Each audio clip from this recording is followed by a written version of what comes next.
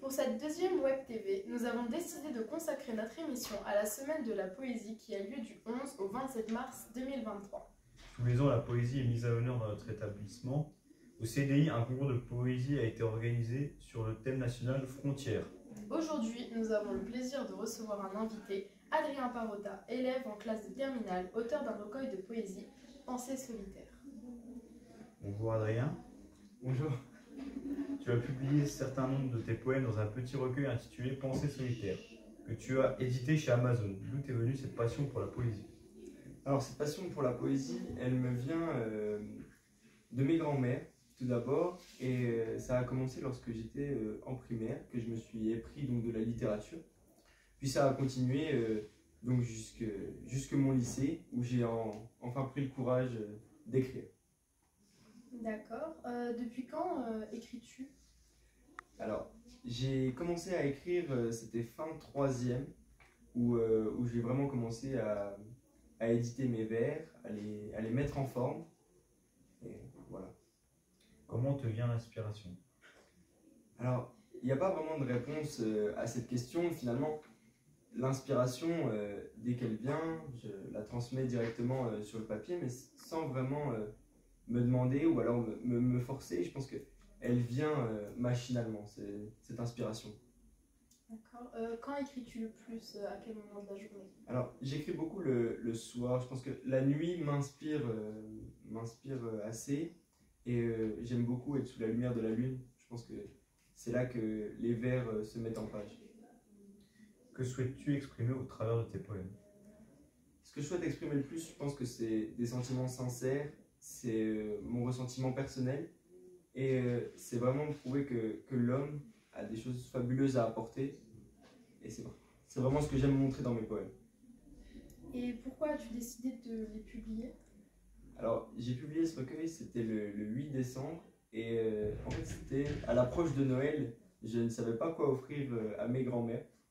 Donc j'ai décidé justement de publier mes vers afin de leur laisser une petite trace, une petite empreinte de moi qu'elles puissent mettre dans leur bibliothèque respective.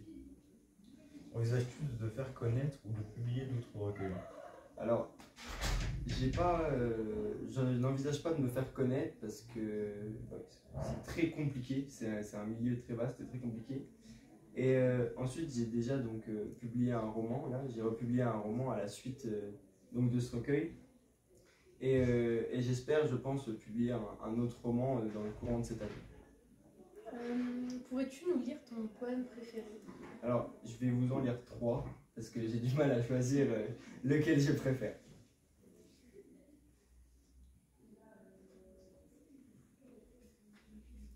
Alors, je vais commencer par Insomnie. Solitude pâle dans l'ivresse d'une nuit, l'obscurité nous plonge dans l'oubli. Quête d'un sommeil profond, tel un mirage aperçu à l'horizon.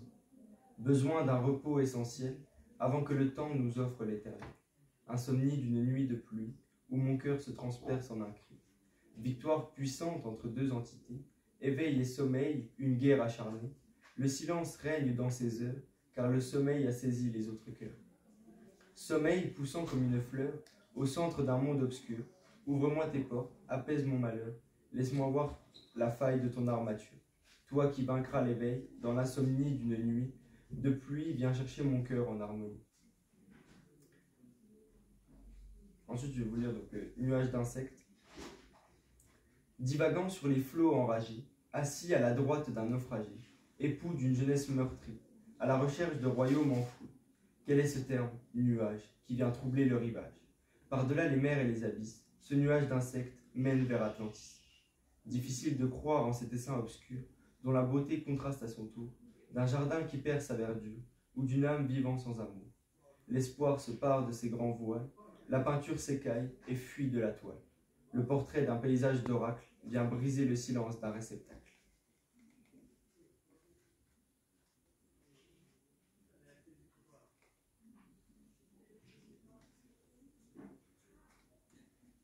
Et je vais vous lire l'océan pour terminer. Dans un océan de volupté, une boussole perdue a déserté. Le calme et le silence règnent en maître. Le chaos s'abandonne et se fait traître. Perdu dans une mer agitée, appréciez la vue d'une ville éveillée, où la jeunesse n'a de cesse de vivre, où notre existence devient invisible. Une masse difforme venue de l'enfer hante mes nuits, envahit son corps, transperce de douleur sa chair. Ses pleurs et ses mots sont indolores. Et par un ciel couleur ocre, ce maléfice emporte son être, voyant ses souvenirs disparaître. Son âme vivra toujours dans mon cœur. Voilà. Merci Adrien de nous avoir fait découvrir un peu de ton univers. Mais je vous en prie, ça m'a fait plaisir.